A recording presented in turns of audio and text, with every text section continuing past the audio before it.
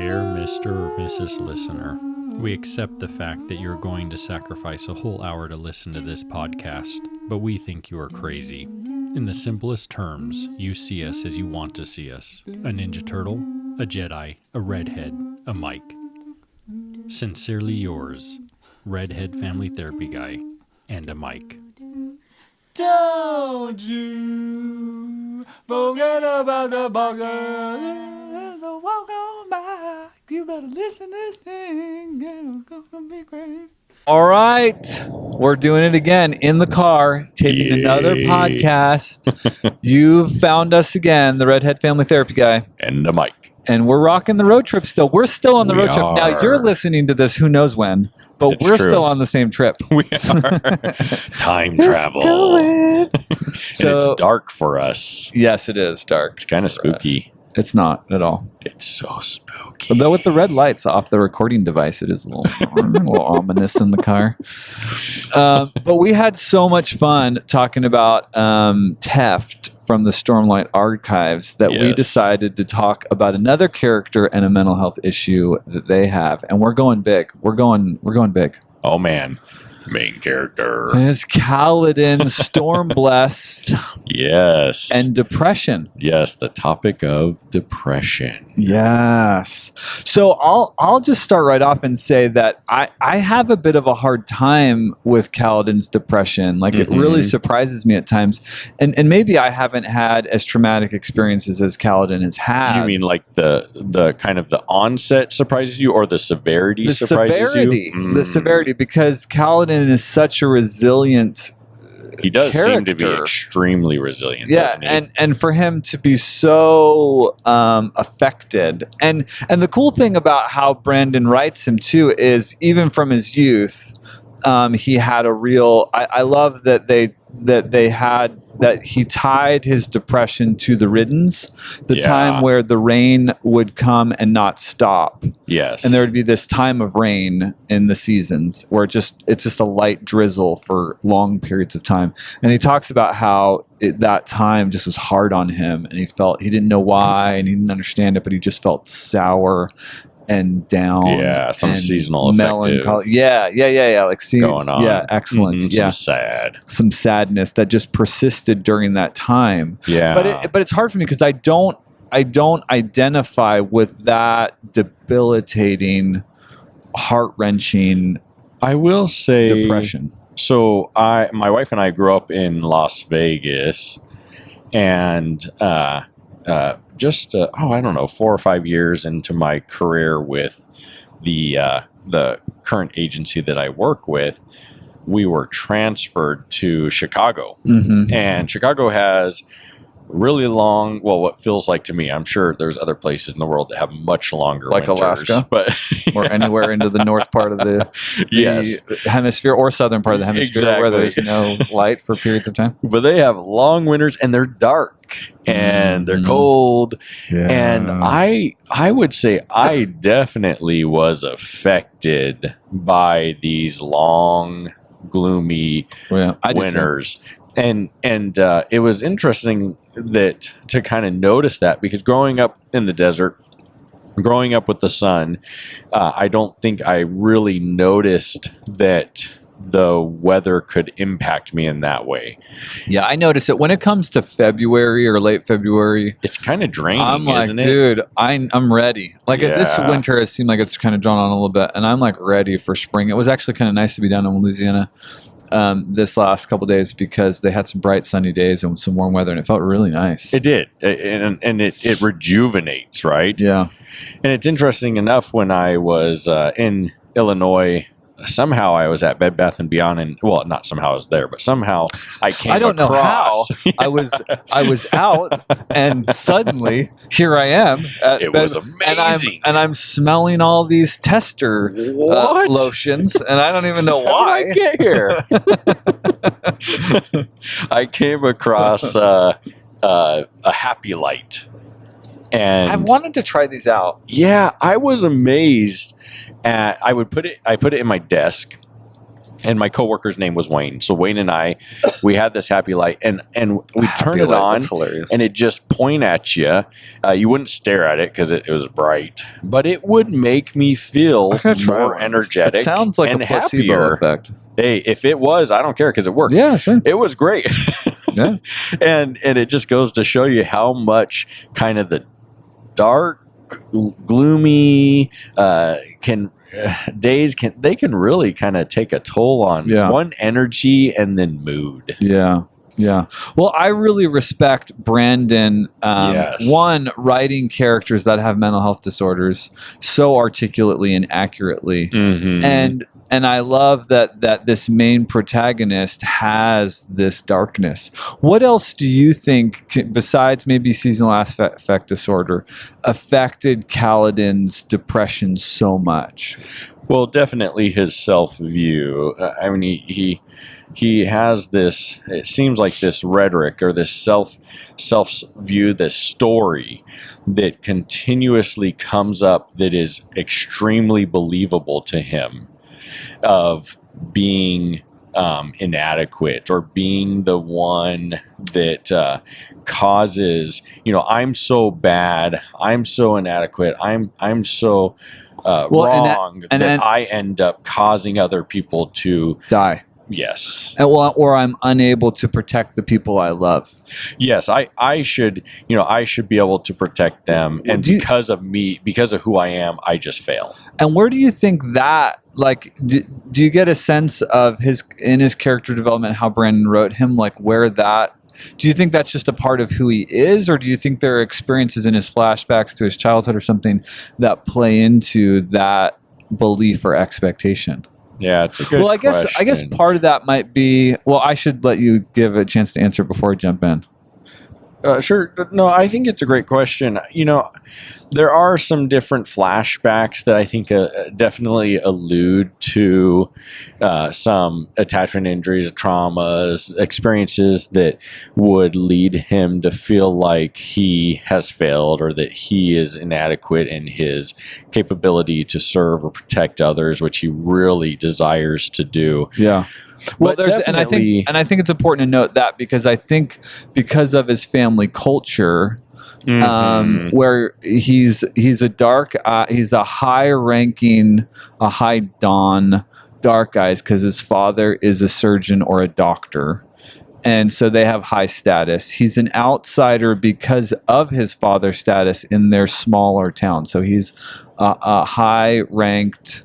So dark guys are the lower class in Kaladin's home nation, and the upper class are light eyes. And so he's in this really unique place in his town because it's a smaller town. It's kind of like a podunk the city, but that's glorified. And so there's a city lord that's a light eyes, but everyone else essentially is dark eyes. But his dad has this high station as a physician, which is also kind of weird because there's a lot of ignorance about medical things or worldly things. And so, his dad's seen as, what's the right word, Michael, for being a practicer of medicine or science? It's seen as he's seen as a healer, but also there seems to be some education there, but it's also questioned, is this legit or is it kind of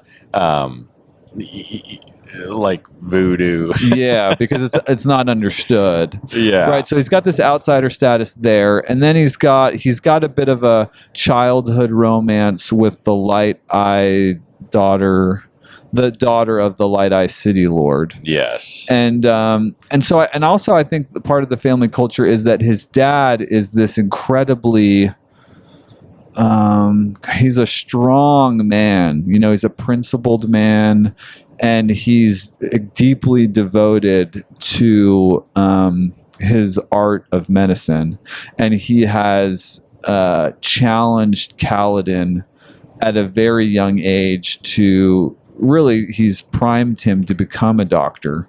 And so Kaladin from a very young age has been schooled and disciplined and trained intensely on all the facts of herbs, of medicine, of the body. and that's how we're introduced. So he has a very strict and intense culture, family culture, right? So this high expectation of achieving and being successful, right? And I think with that comes some unintended consequence, Right. and you have this ideal that you factor in the culture of the being a higher station of Having to prove him in a lower class, dark-eyed lower class. You got to prove yourself, a little chip on your shoulder. Well, not only that, I think that his father maybe unintentionally instills this idea that you need to be better than them.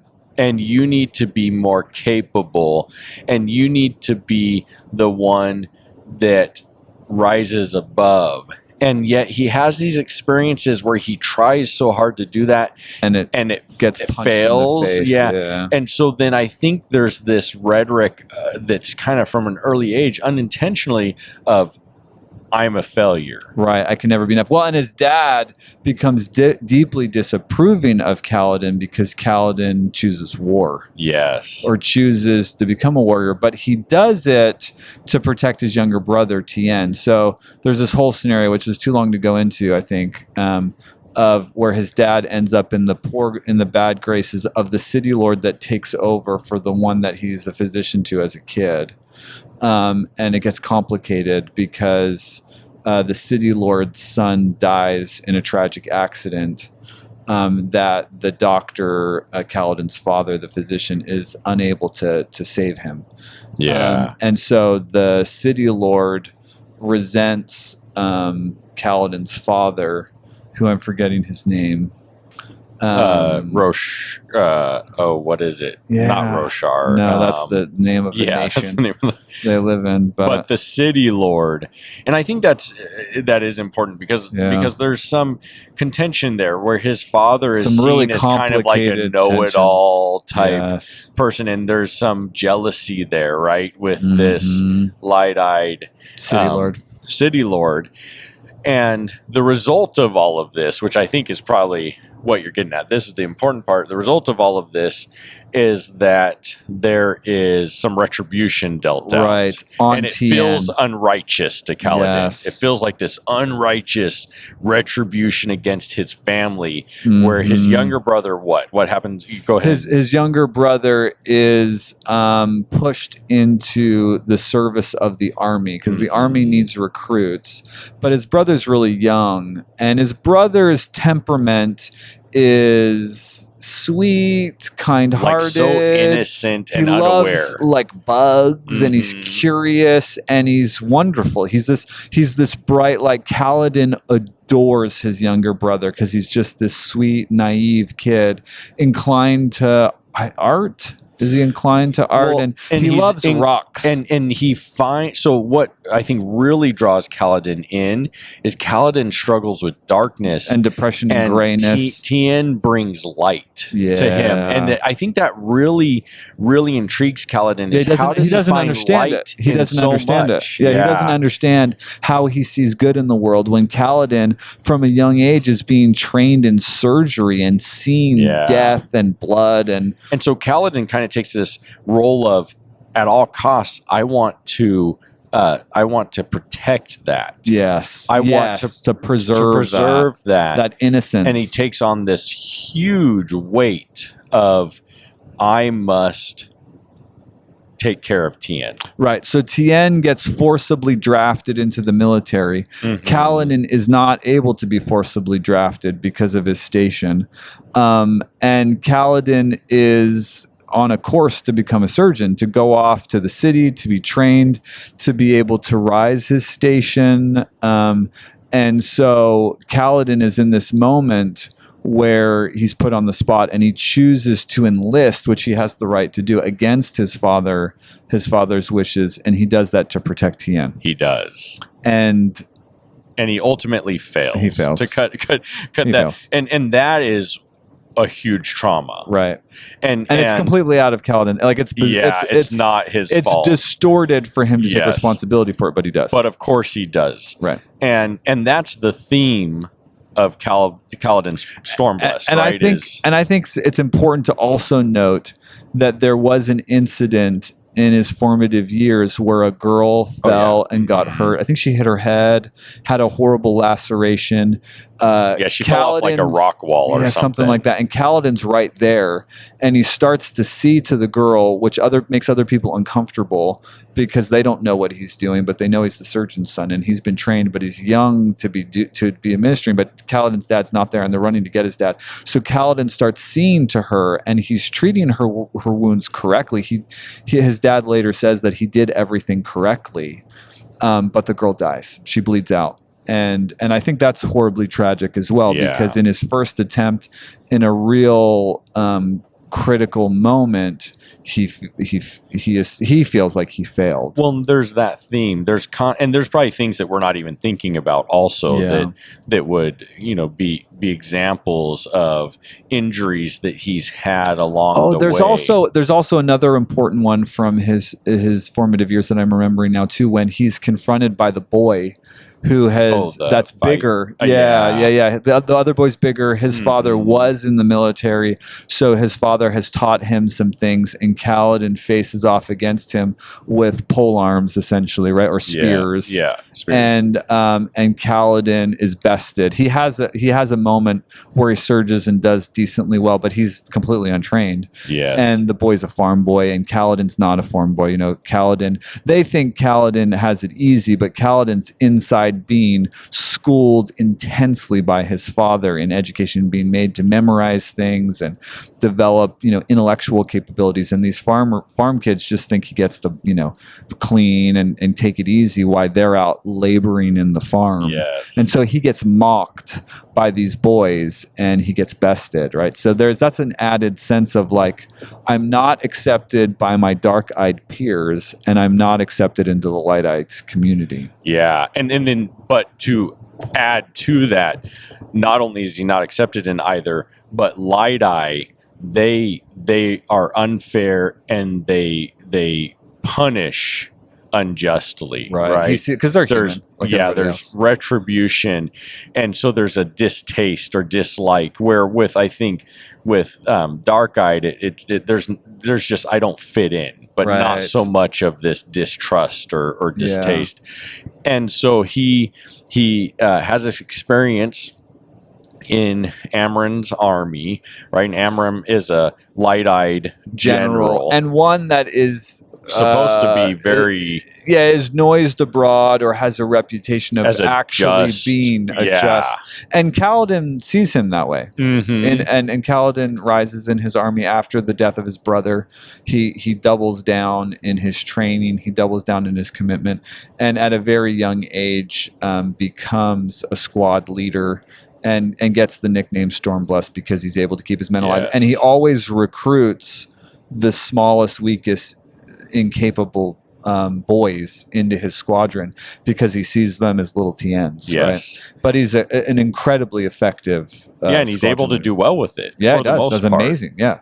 Until he does something so amazing that it puts him in a position to where he is once again feels unrighteous, really unrighteously dealt with and betrayed. And so this scenario goes that... And spoiler, if you haven't listened to these books or read these books, do not listen to our podcast and go read the books and then come back and listen to our podcast. Because you don't learn these details until well into the story. And when you learn them, it's heart-wrenching. Yeah. And Brandon Sanderson introduces these conflicts in the most profoundly incredible way, because you start off, and I'm going to jump ahead in the story instead of us giving a chronological synopsis. Go for it. That sounds fun. I would love to understand or get your opinion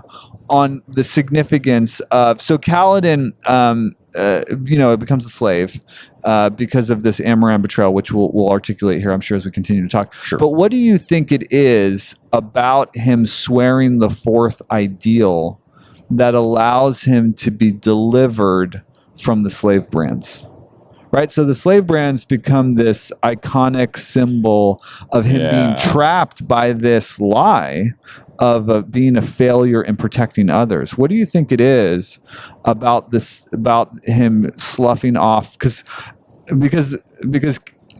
yeah, there's so much to talk about to kind of make sense. Maybe we're jumping too far ahead, but So essentially, when he swears the fourth ideal, and I don't remember what the fourth ideal is that he Isn't swears. it- Do you remember? yeah, the fourth ideal is too long since I read maybe Rhythm of War. it might be worth looking up. But I think the fourth ideal, isn't it that you accept those that you can't protect? It's something like that, and that's kind of my idea.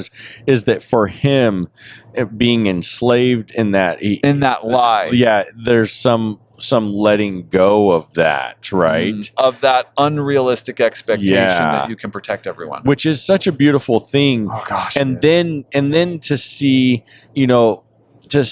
I mean, there's so much in throughout the four books, but he's really stuck in, and you see Wit constantly. So Wit is kind of like this guide, yes, demigod type Yeah. character that kind of knows That shows all up and that shows and up provides to be a like help bestows wisdom when in it's these needed. key moments. And you see this happen throughout with the different character, like Shallan gets some too, but with Kaladin, you see it at these pivotal moments, and I just love some of these stories, and Oh yeah. and you see him articulate, and I love in Rhythm of War, I love the dragon, the dog that wants to become a dragon, right? Mm-hmm.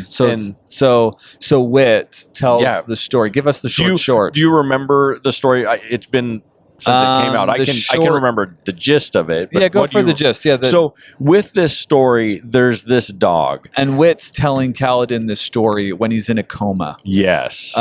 He's in a coma and he's severely injured.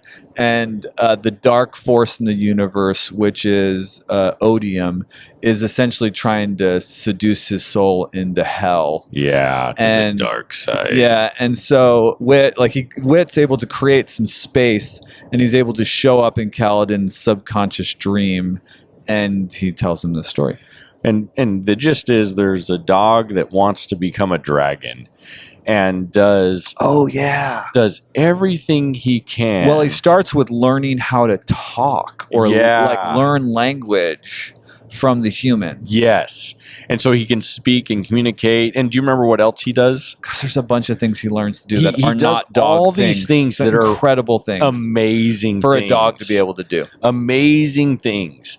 And then his goal is constantly to fly become like a a dragon. And he does these amazing things where he learns things, people, he saves. Yeah. He's able to save important people because things. of what he's learned to be able to do. And then ultimately, the end of the story is the dog can't see his own greatness and divine potential because he's just not a dragon. Because he's not a dragon. Yeah. And that's but a dog can't be a dragon because he's a dog. Encapsulation of Kaladin. Yeah. This idea, and I think so many of us struggle with this, that we can't see what we do because the good and the positive and the strengths and all we have these miraculous things that we do and are. And what were you going to say? Because we have this idea that we should become something that we're not capable of becoming. Like it's impossible for us. Nor do we need to become. Right. It's not necessary. Yeah. And in the stretch to become something that we can't become, we do incredible things, but we don't acknowledge or celebrate or take joy in the good that we're able to do. Yes. And I mean, I love the story.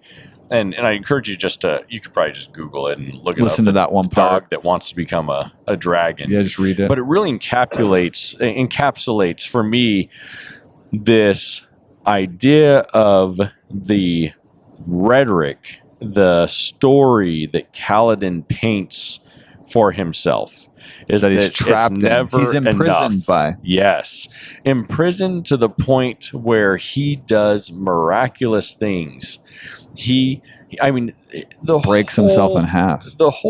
What he is someone who wants to save and heal and protect, and yet he doesn't see it. He only is consumed by his what he perceives as his failures. Well, and he does have legitimate failures. I mean, there are. Well, let's say. Well, who doesn't, right? Right. Well, he has legitimate tragedies and traumas, Yeah. right? I mean, like for instance, that we alluded to, the betrayal of Amaram, right? So he's in Amaram's army, and his squad is torn in half by a superior knight. A knight, not a radiant. What are they? A shard bearer. So this knight has incredible army and incredible sword that any other normal soldier is just cut to bits by them. And so Kaladin's squad, who he works really hard to protect in these skirmishes, are just decimated by one of these guys. And so this guy blows through his squadron and ends up attacking Amaran. Essentially, he was commissioned to kill Amaran by the Ghostbloods, and Kaladin is able to get in there and, in his lowly state, disarms, essentially naked with someone that has the most superior armor that you can have. Yes. He's able to kill this shard bearer, which is. And not only that, I mean, this is the first time, like, a shard bearer being in this part of, the land or the country is like, why? Bizarre. Like, yeah, it doesn't unknown. make sense. So this is the first time that he's ever seen a shard bearer, ever come across a shard bearer. Yeah. And to be able to defeat a shard bearer, which basically is impenetrable. It's impossible. It's literally impossible. And he does this, He right? does it. And I think, something for me that is really interesting about Kaladin is that he does such amazing things and provides such strength to others. Again and again. Over and again over. and again. That I think oftentimes we don't really quite comprehend or see the pain that's underneath. Yeah. I think about my dad. Growing up, my dad was always, like, he loved to serve. And he loved to serve my family. He loved to serve others. He had occupations constantly where he served. He was a firefighter for a number of years and then was a correctional officer for a number of years, and constantly would come home from really hard days and would just share about how he just did what he could to listen to the inmates, even those that were really maybe not the nicest or not the easiest to deal with, and how really he would go out of his way to try to do things for them just to really bring some light to their world. And so years and years of my dad doing these things. And I remember when my dad finally passed away and he took his own life, and at the funeral, how many people came up to me and their response was, I had no idea. And I think that he was in that rough of a place. Yeah. Because he was someone that was so devoted to doing such incredible good things for other people. So and I think how often in our lives do we not notice the pain that others are in? It doesn't have to be extreme pain, but there's people in pain constantly, and yet they're striving and striving and striving, and you see strength, but maybe there's not all strength there. Yeah, well, and Kaladin was suicidal as well. Yes. I mean, Kaladin stood at the edge of the pit and almost jumped in, And ultimately, do you remember what brought him from doing that? What was the idea that caught him in the head? I mean, Syl showed up with the replacement leaf that he lost. Yes. And what was it that clicked for him? Do you remember? I'm trying to remember. So I remember. So Syl or Sylfrena is his spren, his really connection to the magic world. Yeah, and I think that Sylfrena, or I think Syl is so important to him because she embodies Tien. She does. That's a great point. I don't know if I've ever thought about that. She really is. That She's personality naive. And character. That's so cool. And I can't believe I never thought of that. I think that's what's so powerful. That is powerful. And how she connects so well with him. Yeah, she's whimsical. She's sweet. Yeah. She does see the positive in every little thing. And so I don't remember. She gets distracted in like naive ADD ways. I don't remember quite what it was at the. I think it was crevice. just the idea that like he wasn't done. Yeah. And as dark as it was, like the drive to protect and do all he could was something worth suffering for than giving up. So like essentially, as much as he is ruled in one respect by darkness, there is this part of him that can't give up. And that's when he came back, right? And then he started training every day. That's when he confronts the bridge crew leader with one eye. What the crap is his name? He ends up as Shallan's sidekick.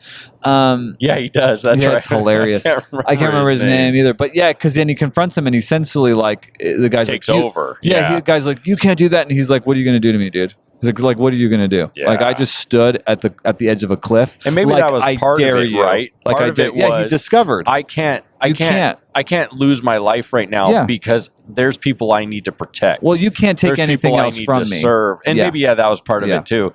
And I think what's really cool is that Kaladin, who's been branded a slave, and there's a whole story which is a lie which involves Amram, this light-eyed that betrayed person who's supposed to be just and righteous, and which is betrays him. And he becomes a slave, goes through this whole journey.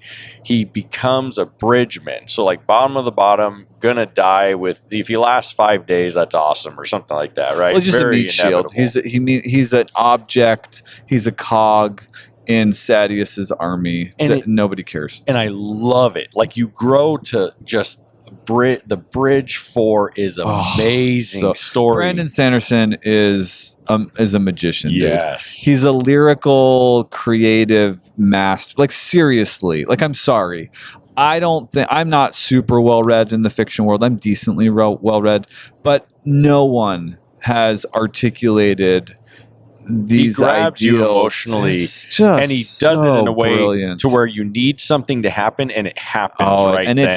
He delivers. It delivers fully, and that's what I love about the Bridge 4 really storyline. And you have Kaladin, who has a group of men who are at the bottom. Well, and some of them have done horrible things, and some of them are horrible people. They're go broken with it. It's just like if I die. Like it's just they're at the bottom. Like they're at rock bottom. And Kaladin starts in with setting the example. Yep. He starts in by practicing every day, and everyone's like, "What the freak is this dude doing?" Well, he's no joke, dude. No, and he starts to protect them. He makes sure they all are protected. He takes the lead in things. He's always at the front of the bridge or in precarious situations, and then he starts to heal them. Yes, and how does he heal them? When Michael's favorite thing, how does he heal them, Michael?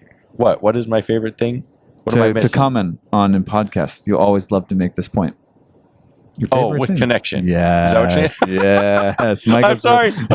That is my favorite thing. It is your favorite thing. Pretend you didn't hear all the rest of that and ask me one more time. Hey, Michael, what's the favorite point you love to make? Oh, it is amazing that he uses connection. He does, and he does it around food. Yeah. He's like, he does it. They develop this tradition where Rock, who's the most important comic relief character, and I miss him horribly in the Rhythm of War. Yeah, is this comic relief character? I think he's coming back. Oh, of course he is. Of course he is. And Rock is not gone. It's all right. You're no. There's too much air. Airsick Lowlanders. And so Rock is like the chef of the group, and so like Kaladin like buys food, and they start this tradition at the end of the day that they have like stew. Yes, and they sit, and Kaladin starts to coax them to share a little bit about who they are, and they get to know each other's names, and he does it really subtly, Well, and he starts to bring back this idea, their humanity, right? That you have worth. Yeah. And he does that through treating them with kindness, through healing them, through not leaving them behind, which is everyone is equally important. We matter, and we contribute. Yes. Even in this despondent, stuck position we are, lowly state, we contribute, and we have something to offer, and it becomes this beautiful story. Oh, it's beautiful. Of being able to defy the odds. Well, it's brotherhood, right? Yes. I mean, it's one of the few stories where brotherhood is articulated so profoundly, Yeah. And really it's an ideal that he really learned from his dad, because of this commitment, because Kaladin's dad is committed to healing anyone, because part of the backstory is that Kaladin's dad could have let the city lord die, who was the one who was the new city. There was two city lords. The original one that Kaladin, as a kid, had a love interest with the girl, the daughter. But then that father passed away just because of old age.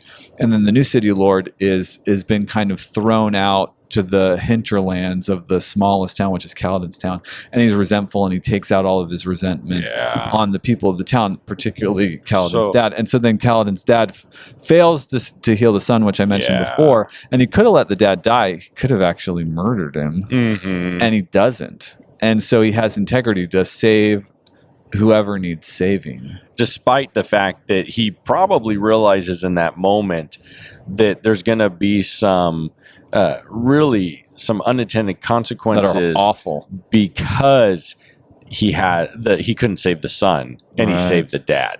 So there's that survivor and trauma and guilt. Kaladin's dad did that. He saved the city lord's life, and the city lord repays him through his resentment by taking his youngest son. And like we told before, sending him off to war. And this kid has no business being in war, and he dies.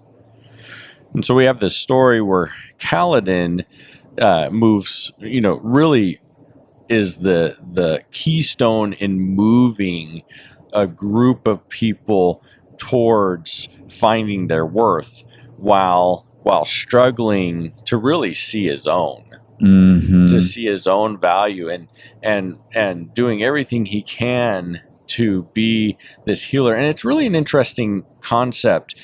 We talk about generational trauma, and we talk about the effect that we as parents have on our kiddos, even though, or our parents had on us, even though, we're still trying to do it the best we can. Yeah. And yet you see that there's this kind of this thing where Kaladin is who he is because of some of these unintended consequences, both for positive and for negative, right? Where he one struggles with his worth, struggles to feel like he's enough, struggles because he doesn't have the acceptance of his father because he decided to become a soldier instead of a surgeon. But then to some degree, that also drives him to push forward and to serve and to love others and to build. And so I think, it's tough because we look at some of these things and think, oh man, it's horrible. If I wouldn't have gone through that, or if I wouldn't have gone through this. But I think really the purpose is, and for Kaladin, kind of the drive is coming to terms with all these things have allowed me to become who I am. Right, the and resilience to accept that he has as a powerful thing instead of a negative thing. Yeah. And that's the struggle that I see Kaladin go through. And we all go through this, right? We get stuck in at times, and that's what we see with Kaladin. There's moments where he really, like you said, it's just hard and it's crushing to see how stuck he gets. Well, and really, like in the beginning of the fourth book, he gets racked with PTSD and he can't function as the commander of the army, and he's relieved of duty. Yes. Which is incredibly, in one respect, demoralizing. And on the other, needed. You know what I mean? Yeah, it had to happen. But my goodness, he's in horrible shape. And it's really interesting because John and I, we've been talking about kind of this theme at work, right? Where we tend to push ourselves to the point where we do get to where we're not really offering what maybe is the best. Our best selves. And so how do we you're find seeing that Michael balance? For therapy, you might, I don't know. And it's a struggle, right? It's a struggle to where we push and we push. And sometimes I wonder with that, are we pushing so hard in one area because maybe we might be running away from something that needs to be dealt with? And I think with Kaladin, that's what Dalinar saw and was trying to offer him, right? This opportunity to address the thing that he's running from. Right, and Dalinar liberates Bridge 4 from their slave status in the most profound... Yeah. This is one of... I think we should tell this because it's a really cool story. It's a really cool story, too. And really, I think it's one of the greatest symbols and vignettes of deliverance. It's absolutely what Kaladin needed to see. Yeah. But it also was a statement that was so profound of Dalinar's character as well, right? Mm-hmm. I mean, it's just ridiculous. Okay, so you want me go for it, yeah. All right, so Dalinar is one of the high princes in the... What's the name of their kingdom that Elokar's the king of? What is their group of people? I'm forgetting. I can't remember. Alethi, yep. Yeah. Alethi. So Alakar is Dalinar's nephew, and he's the king. And that's really complicated. There's a long, important backstory there. But so Dalinar is this rock. He's a force. Like, he is energy in motion. He is the Blackthorn. He is a ruthless warmonger that will win at all costs. Like, literally, do not get in Dalinar's way. You will freaking lose. But he's honorable about it. You know, he's not just a warmonger for blood's sake. He's just going to win, and you're not going to stop him. So he's a high prince. And Sadeas is one of the other high princes. And the king was his brother, and the king died. He got assassinated. Yes. And so his nephew is now the king, and he's supporting his nephew. And so he's one of the high princes. And in Sadeas's army, he's using these bridge crews. And Dalinar is evolving. Since his brother's death, he started to evolve. Yes. He started to... I don't know a better way to say it in the short than he started to evolve. He started to adopt higher principles. Yeah, he's reading The Way of Kings constantly, right, which is the first book. Yeah. And he's really getting into this idea of there is a higher way of dealing with things that are honorable and putting yourself in other people's shoes. Exactly. And not asking others to do what you're not willing to do. And so maybe like the warmongering is the way of the past, and he's moved on to there's more to it than that. There's a better way. Yeah.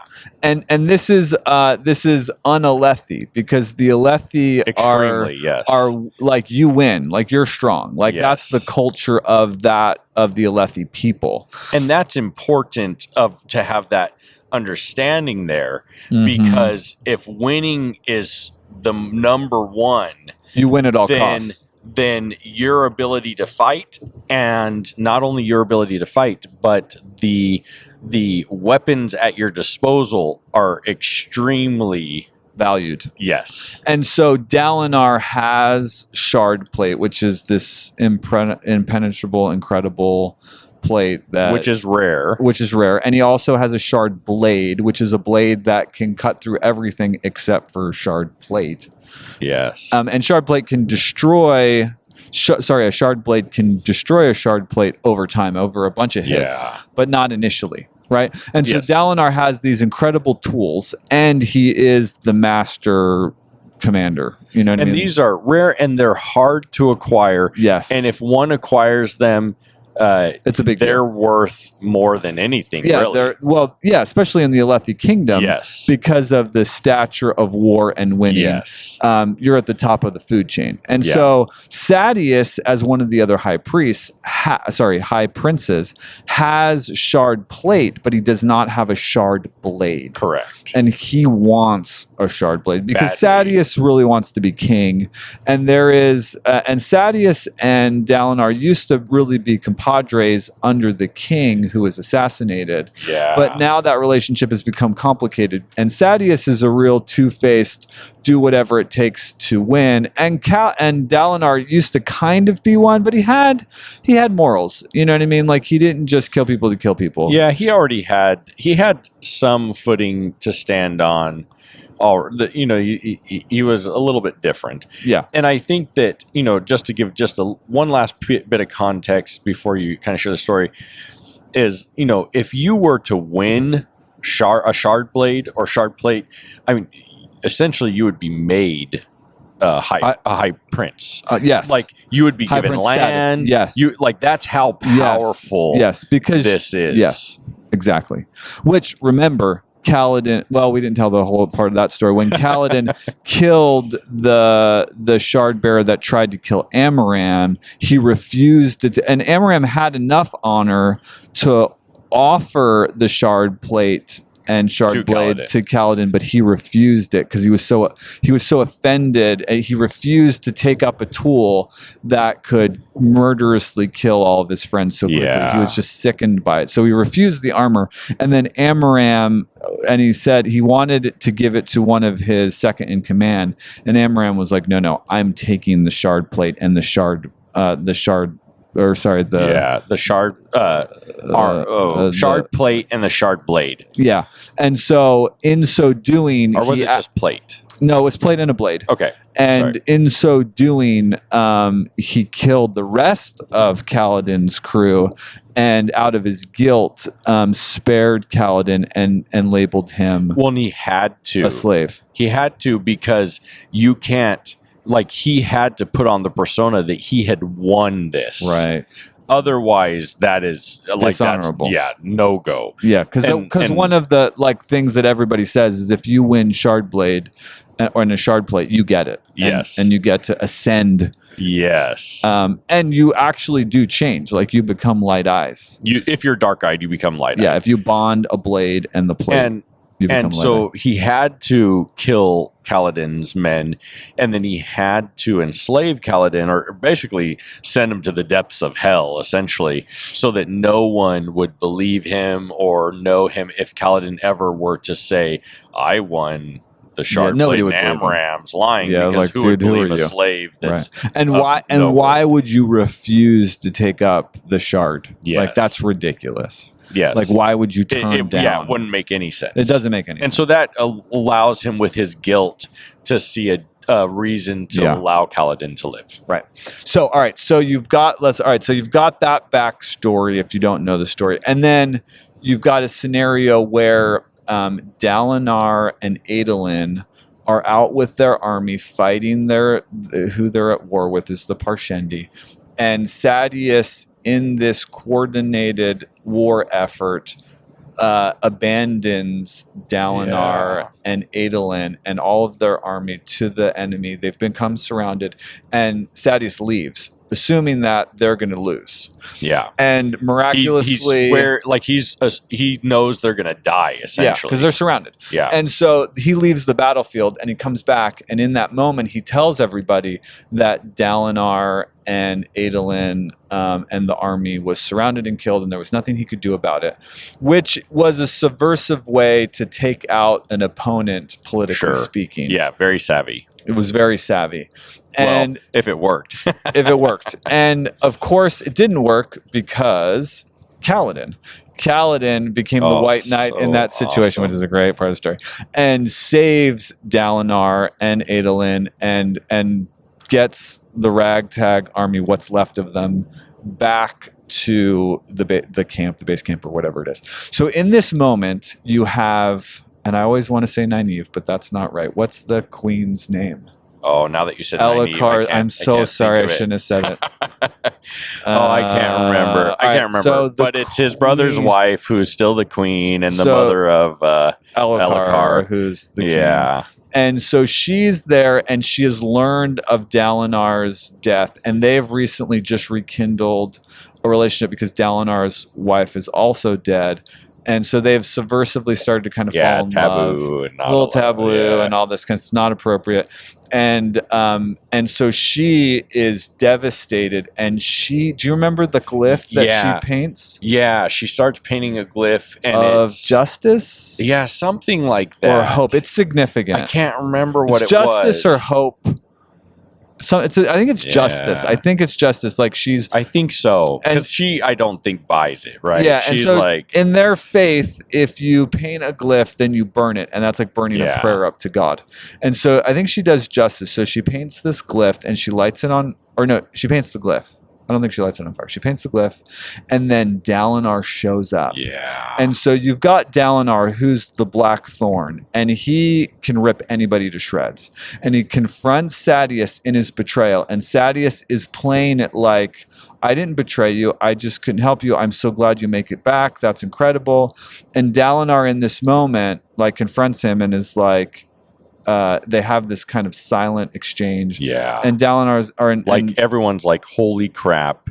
Like, someone's it's going down. Die. Like, there's about to be a civil war. Yes. We're about to have a civil war because Dalinar has shown up. And so there's a taboo of because Dalinar has to walk a fine line in confronting Sadeas because they don't want a civil war. Yes. Because Alucard, he wants to keep the he's careful together. About what he's saying. Right. Like, guarded. Right.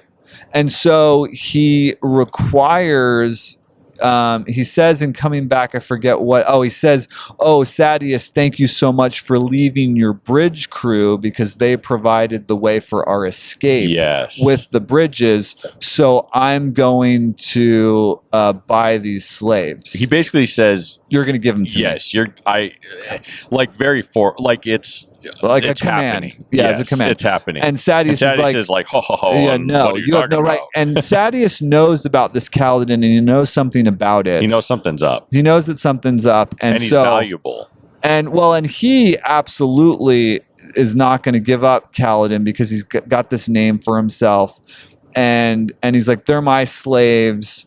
And he just wants to control and punish, right? Yeah, he absolutely would have murdered the whole bridge crew, 100%, which Dalinar knows, and Dalinar, at this point in the story, has become incredibly integritous and honorable, and there's no way he's going to leave these men out to dry, because that's one of the things that Kaladin was worried about. Kaladin's like, we're dead men. Like, Sadeas is going to kill all of us because Kaladin figures out that this whole political move happened and that Sadeas hung out Dalinar's army to dry. Yeah. And so Dalinar says to Kaladin, I'll get your men. And he's like, well, how are you going to do that?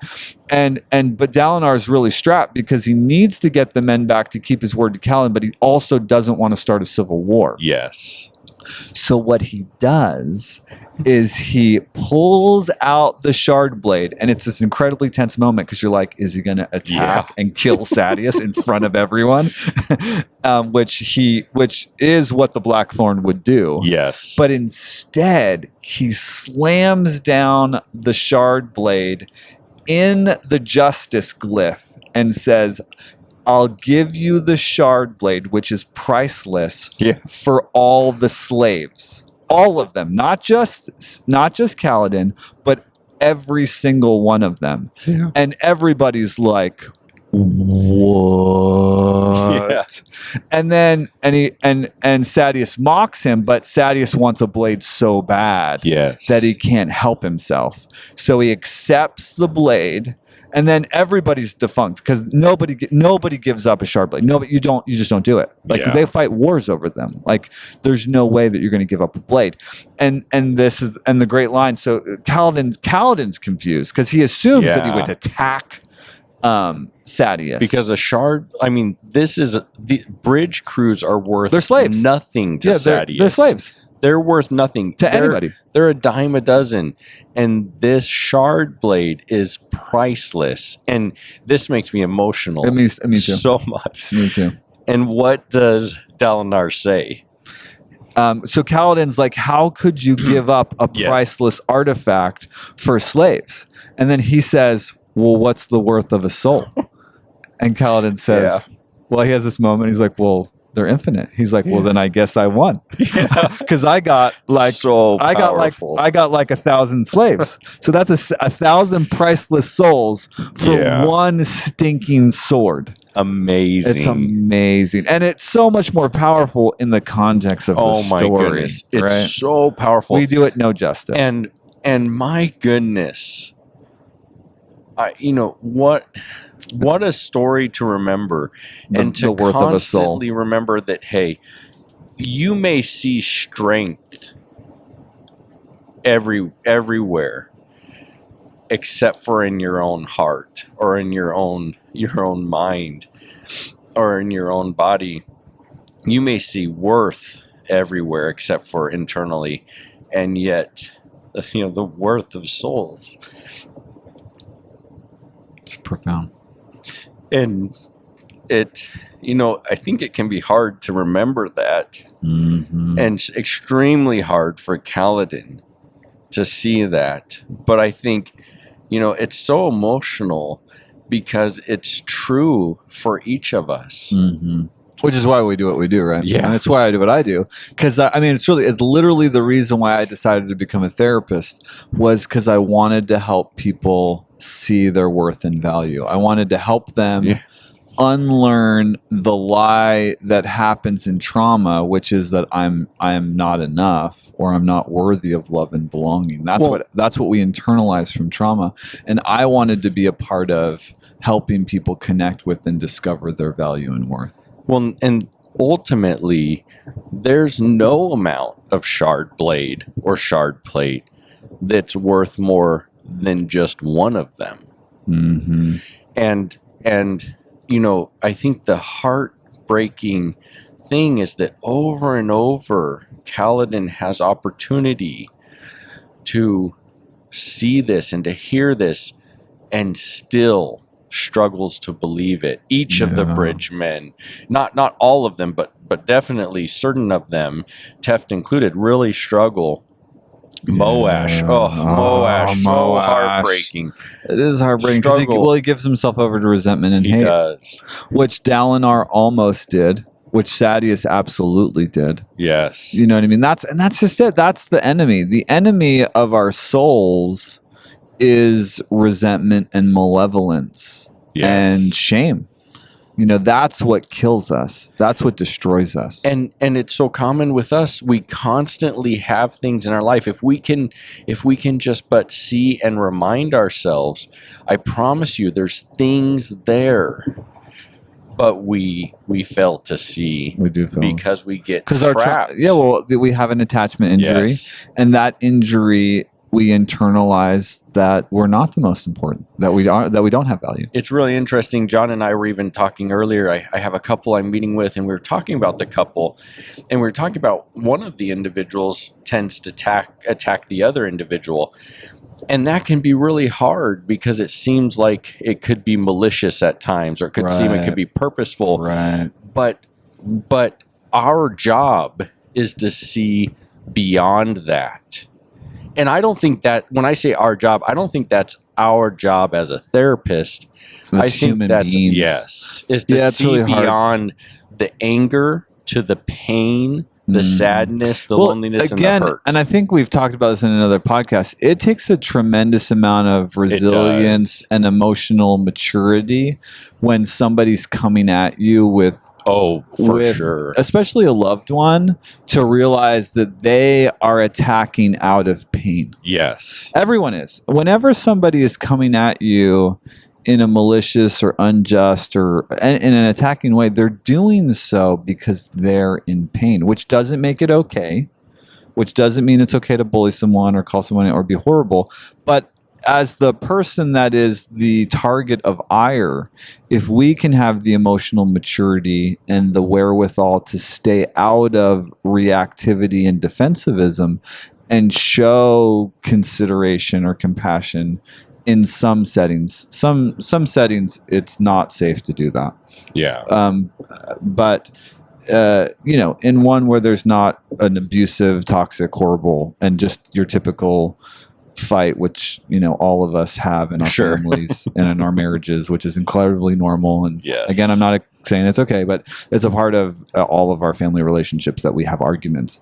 And if in the heat in the intensity of an argument, if you can have the wherewithal to say, how are they hurting, and to try to be curious about that, and to recognize when your buttons are pushed and when you want to go on the offensive. If you can state your primary emotional need or fear, which is vulnerability, that's what diffuses. Absolutely. Either side of those 100%. diffuse. And I think that, the natural response to an attack is defense. Yep. And defense comes from a place of shame. Your shame wall comes up, and automatically you want to defend yourself. You want to defend against these hurtful things you're hearing, because those hurtful things are poking at your shame wall, your inadequacies, and making you feel so bad and wrong that you can't see past that attack to the pain they're experiencing, because your shame wall comes up and the defense comes out. And that's wherein we get these struggles, right? And we're getting kind of off on marriage, but it's really profound that, throughout this story, we have these constant moments of really pain and inadequacy and hurt and loneliness, and the struggle to reach out and to feel of worth. And I just think, how often do you and I and others, do we see that? And how often do we maybe fail to see that and just see this strong Kaladin, or just see this person who's being mean to me, or just, Well, that's the other beautiful thing about Brandon Sanderson's stories, is he's got this ancillary group of characters that actually do. I mean, one of the things that keeps Kaladin off the brink is that he develops this really close relationship with Dalinar's son, who he hates initially. Is like the privileged son of Dalinar. He's gorgeous and he's awesome. Do you remember his name? I can't remember his name. Adolin. Oh, Adolin, that's right. And so they develop an unlikely friendship, which is kind of funny book, because Adolin develops a relationship with Shallan, right? Because Shallan is working with his sister, right? His aunt. Thank you. With his aunt, that's right. Elhakar's sister. Yeah. With his aunt, and his aunt kind of bestow. That's a whole nother story. Yeah, but anyways, rabbit hole I think it's funny because there's kind of this love triangle, but then so just very subtle. Brandon does it. I'm glad that Brandon doesn't. Great. Yeah, because it's not like far. dramatic. It's not like a TV show. He just opens up the door for a little bit of love triangle. He doesn't go full on love triangle. But then they're still able through that to develop this great relationship. Yes, they become incredible friends. Yes. So he has that, and then in book 4. Kaladin is really saved by one of the first bridgemen that Kaladin saves is nonverbal. Yeah. And they all believe he's nonverbal because of the traumatic, shocking, horrible situation that they were in as bridge crew. So Kaladin saves him physically from physical wounds, which is a really big deal.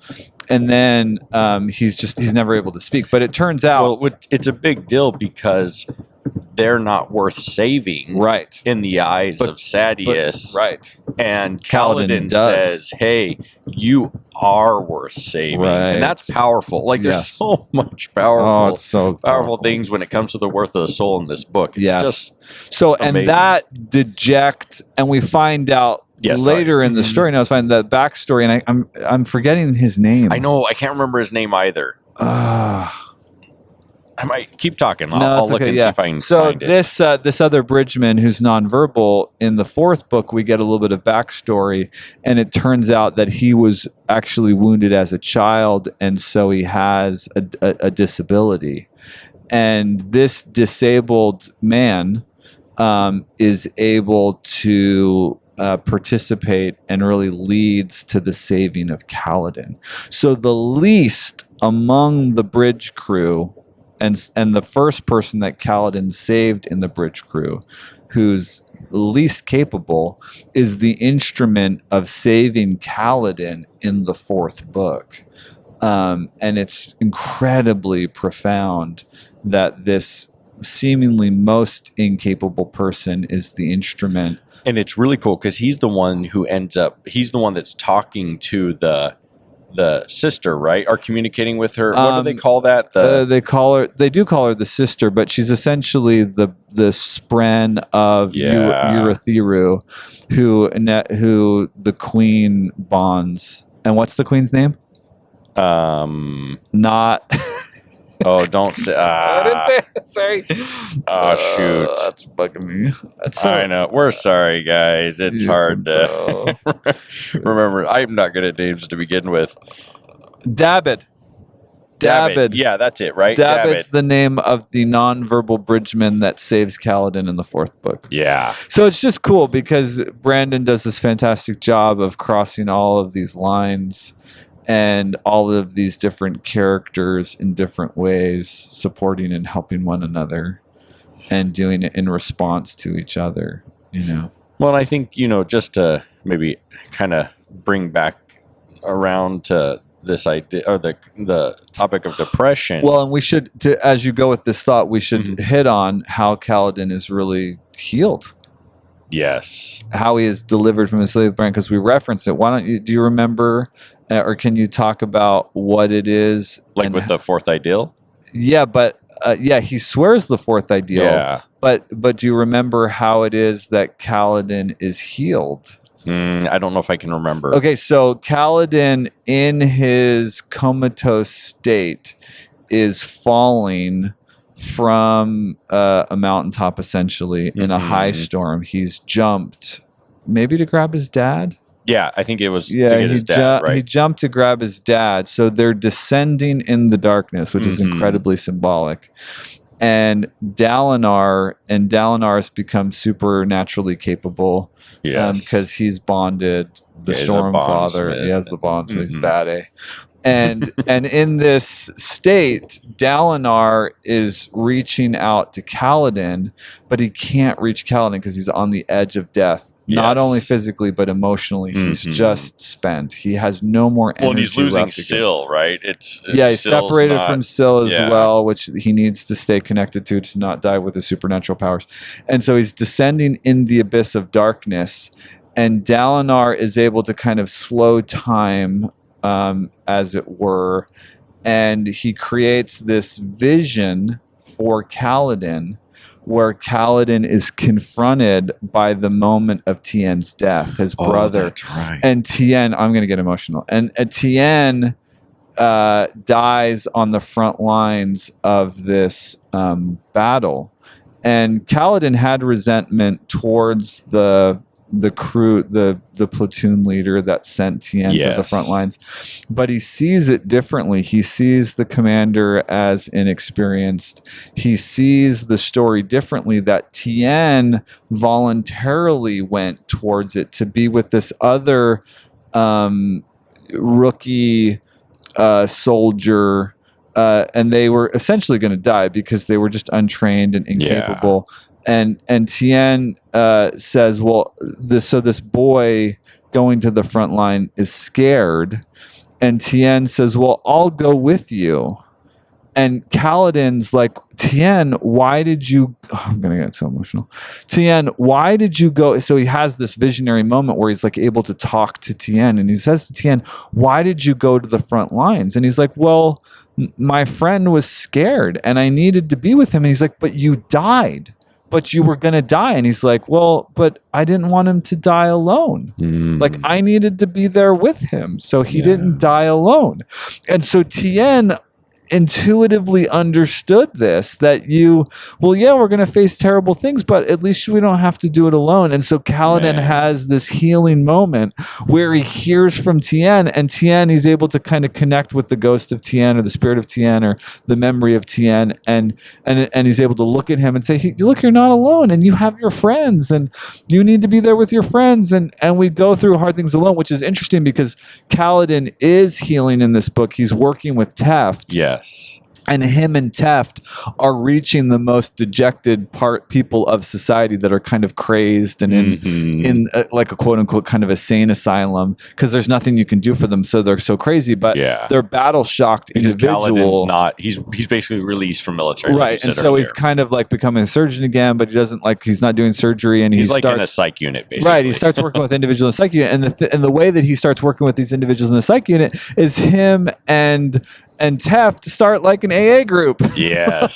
Start an AA group where they just get together and they talk it through. And just because they're able to talk, these guys are like out of suicide. They address suicide. And so, he's learning this medicine of connection, and he's able to connect with Tien, and then he's able to swear the fourth ideal, which you should probably look and make sure we're quoting it right, which is that, essentially you'll surrender. Because you want the one ideal is that you'll protect those, you'll protect your enemy as the third one. You'll protect anyone essentially. And then the fourth ideal is like you'll surrender and realize that you can't protect everyone. That there's limitations to what you can do. Yeah. I think is the fourth ideal. And when he swears that and lets go of that false idea, he's able to progress.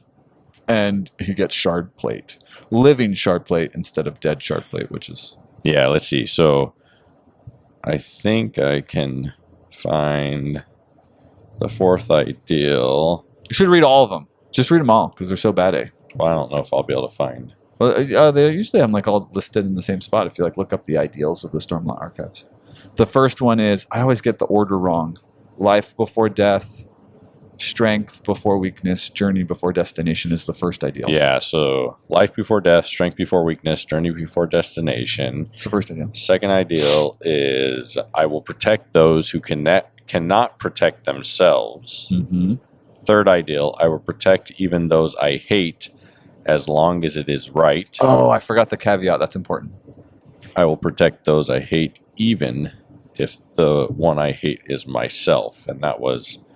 the Teft one, yeah. And then the fourth ideal, I will accept that there will be those that I cannot protect. Oh, that's tough. That's tough for us therapists too. Yeah, because we want to save everybody, but you can't protect everybody. I accept that there will be those I cannot protect. It's so interesting that that's an ideal. Well, for a healer. Which Kaladin is. He is. A healer and a protector. He's a surgeon at heart, too, because his dad. And to be able to, admit and honor that, in a way, frees us, right? It frees me as a therapist when I allow myself to unhook from the accountability and responsibility to that I take something out of your control. That's not in my control. Yeah. And it's really profound too, that ideal, because Kaladin swears the fourth ideal, and then that's when he comes to find that Teft has been killed by his friend Moash. And how dramatic, because he has to stay. So immediately he has to confront and practice that ideal. And he starts to become enraged, and Syl's like, Kaladin, don't give over to rage, stay to your ideal. Because if he surrenders takes ideal, care of business. Yeah, because he does. But if he surrenders that ideal, then he breaks his oath, and then everything falls apart. Because you can't break your oaths. Well, you can't break your oaths, but you're human, so you're gonna break your oath. Yeah. But. Yeah, profound. It is extremely, and that's when the slave. You may have said that already. That's when the slave brands, which is really interesting, because as you read through the books, there's moments. Kaladin's slave brand just won't go away. Won't heal, which he should, because he's bound to heal. Yes. And everybody else's slave brand. He can heal himself. but not the slave brand. And all of the other bridgemen, some of them had slave brands. They did heal, but Kaladin's did not, which is fascinating. And that probably takes on that meaning how he's imprisoned. So deep for him that he's bearing the burden that's not his to bear. Right. He's carrying the weight that's not his to carry. And yet we all do this. Right. And just think about how freeing it is for us to let go of lies and distortions. Yes. Yeah. Which is what happens. And this is such an important thing to understand, that anytime you've been through an event that you've come away traumatized, which we all have to some degree or another, you internalize lies. They become kind of imprinted on your soul, or that's part of the attachment injuries that we experience. Yes. And they're very hard to get out of. And even if you can mentally recognize them, like I'm super articulate about my attachment trauma, it still bugs me. Like it still gets me. In my worst moments, I still fall prey emotionally to that. Because it's real. So it's going to, even for healthy individuals, it's going to. That's the way we deal with it that allows us to move forward and continue on. And it's not, and that's important, right? Things just don't vanish. No. But we learn to deal with them in ways that allow us to move forward. Right. But I think, the weight that we carry, the feeling burdened down, just holding on to things that aren't ours to hold on, really is the heart of depression. Yeah. It's being weighed down with feelings, all types of feelings, but feelings of inadequacy, feelings of worthlessness. To that past trauma. And when we have that burdening weight down, that connection, that real deep connection to past trauma, we don't want to talk to others. We don't want isolate. To show. Yeah. And that is what, that is what kills us. It does kill. It is isolation. It is because it becomes 100 times, 1,000,000 times more torturous than if we can find a way to connect with others, to embrace and the to fear. Open up about it, and to not be to embrace it, but embrace it not alone. Right. Yes. Excellent. Yes. Is so healing. Yes. There are moments where we might have to walk. Sure. We might have to walk alone to the connection, or we might reach for connection and the other person might not be able to reach back. Well, and that's what's so important about a higher power, is that if we have a higher power, we're never alone. But also, even if you don't believe in a higher power, you are never alone, because I promise you, there's somebody out there. There are others experiencing there's so many good things. People. Well, there's somebody experiencing similar things, and you're not alone in those emotions, right? Yes, and there's somebody out there that will help you. I mean, I've been in so many different communities, like Celebrate Recovery. I participate in Celebrate Recovery communities in Clarksville, and there are tons of people that will be there for you. And they might not be there for you. They might not be there for you perfectly every single time, but more often than not, they want to be there. Well, and ultimately, that's the burden that is so devastating. Is you would be better without me, right? That ultimate isolation that leads to the finality of taking one's own life, where Kaladin's at the precipice of jumping off this cliff.